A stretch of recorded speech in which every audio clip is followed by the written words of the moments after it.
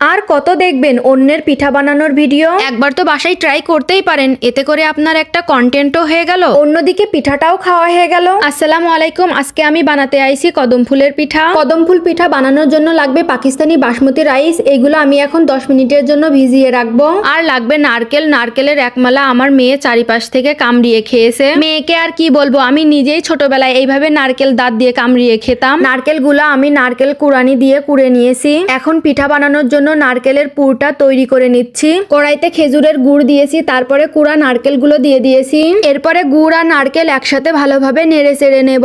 এখন স্বাদটাকে ব্যালেন্স রাখার জন্য সামান্য পরিমাণে লবণ দিলাম। নারকেলের পুরটা নামানোর আগে সামান্য পরিমাণে চাউলের গুঁড়া এইভাবে ছিটাই দিলাম, এতে করে নারকেলের পুরটা অনেক সুন্দর আঠালো হবে। এখন একটা কড়াইতে পর্যাপ্ত পরিমাণে পানি নিয়ে পানি ভালোভাবে ফুটিয়ে নেব। পানি ফুটানো হয়ে গেলে পর্যাপ্ত পরিমাণে চাউলের গুঁড়া দিয়ে দেব। এই পিঠাগুলো বানাচ্ছি আমি সম্পূর্ণ চাউলের গুঁড়া দিয়ে। গমের আটার খামির কিন্তু খুব সহজেই বানানো হয়ে যায়। একটু ভুল করলেই চাউলের গুঁড়ার খামির কিন্তু আর হতে চায় না। যখন দেখবো চাউলের গুঁড়া এইভাবে দানা দানা ভাব হয়েছে তখন নামিয়ে নেব। চাউলের গুঁড়ার খামির গরম থাকা অবস্থায় করতে হয়, ঠান্ডা হয়ে গেলে আর হতে চায় না। আমি একটা বাটিতে ঠান্ডা পানি নিয়েছি, এরপরে একবার হাত পানিতে দিচ্ছি, আর একবার আটার খামিরে হাত দিচ্ছি। এরপরে সম্পূর্ণ আটা ভালোভাবে মুথে নিয়েছি। এরপরে কদম ফুল পিঠাগুলো বানিয়ে নেব। তার জন্য আলাদা একটা বাটিতে চাউলের গুঁড়া নিয়েছি। এরপরে 2 হাতে চাউলের গুঁড়া মাখিয়ে নিয়ে এক টুকরো আটা নিয়ে সেটা গোল শেপ দিয়ে নেব। এখন দেখতেই পাচ্ছেন আমি বলটাকে কিভাবে হাতের সাহায্যে ঘুরিয়ে ঘুরিয়ে ছড়িয়ে নিচ্ছি। পিঠার থিকনেসটা এরকমই রাখার চেষ্টা করবেন, এর থেকে পাতলা করতে গেলে তখন ভিতর থেকে পুর বেরিয়ে আসবে।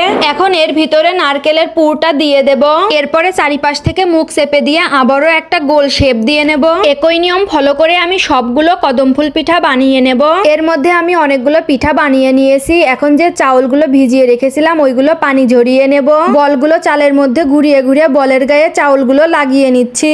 এই তো আমার একটা লাগানো হয়ে গেছে, এবার আর একটা লাগিয়ে নেব। চালগুলো পিঠার গায়ে একটু ঘন করে লাগাতে হবে, কিন্তু চাউলগুলো খুব সহজে পিঠার গায়ে লাগছিল না। এরপরে কমলা রঙের ফুড কালার নিয়ে পিঠার ঠিক মাঝখানে 1 ফোঁটা কালার দিয়ে দেব। আমি একটা হাঁড়ির মধ্যে পানি দিয়ে তার উপরে প্লাস্টিকের একটা ঢাকনা দিয়ে নিয়েছি। এরপরে পিঠাগুলো ভাপ দিয়ে নেব।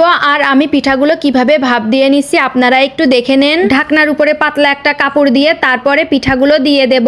আমার সবগুলো পিঠা দেওয়া শেষ। আর পিঠাগুলো আমি 20 মিনিটের মতো ভাপ দিয়ে রেখেছিলাম। দেখতেই পাচ্ছেন পিঠাগুলো আমার 20 মিনিটের মধ্যে হয়ে গেছে। আমি এখন পিঠাগুলো উঠিয়ে নিচ্ছি। এই পিঠাগুলো আর একটু ভিন্নভাবে বানাইছি। চালগুলো ফুড কালার দিয়ে মিশিয়ে নিয়ে তারপরে বলের গায়ে ফুটিয়ে নিয়েছি, যেন একেবারে কদম ফুলের মতো দেখতে মনে হয়। আর দেখতেই পাচ্ছেন পিঠা বানাতে যেয়ে কত রকমের করতে হয়েছে। এই পিঠাগুলো আমাদের ভাপ দেওয়া হয়ে গেছে। আর পিঠাগুলো 20 মিনিট করে ভাপ দিয়ে রাখলেই হয়ে যাচ্ছিল। এই যে এখানে আমরা আরো পিঠা বানিয়েছি, সেগুলো এখন ভাপ দিয়ে নেব। প্রথমে একটু চিন্তায় ছিলাম প্লাস্টিকের সরাটা গলে যাবে কিনা, কিন্তু কিছুই হয়নি। এই শীতে এরকম একটা পিঠা না খেলেই মিস করবেন। তাড়াতাড়ি ভিডিও না দেখে পিঠা বানাতে চলে যান।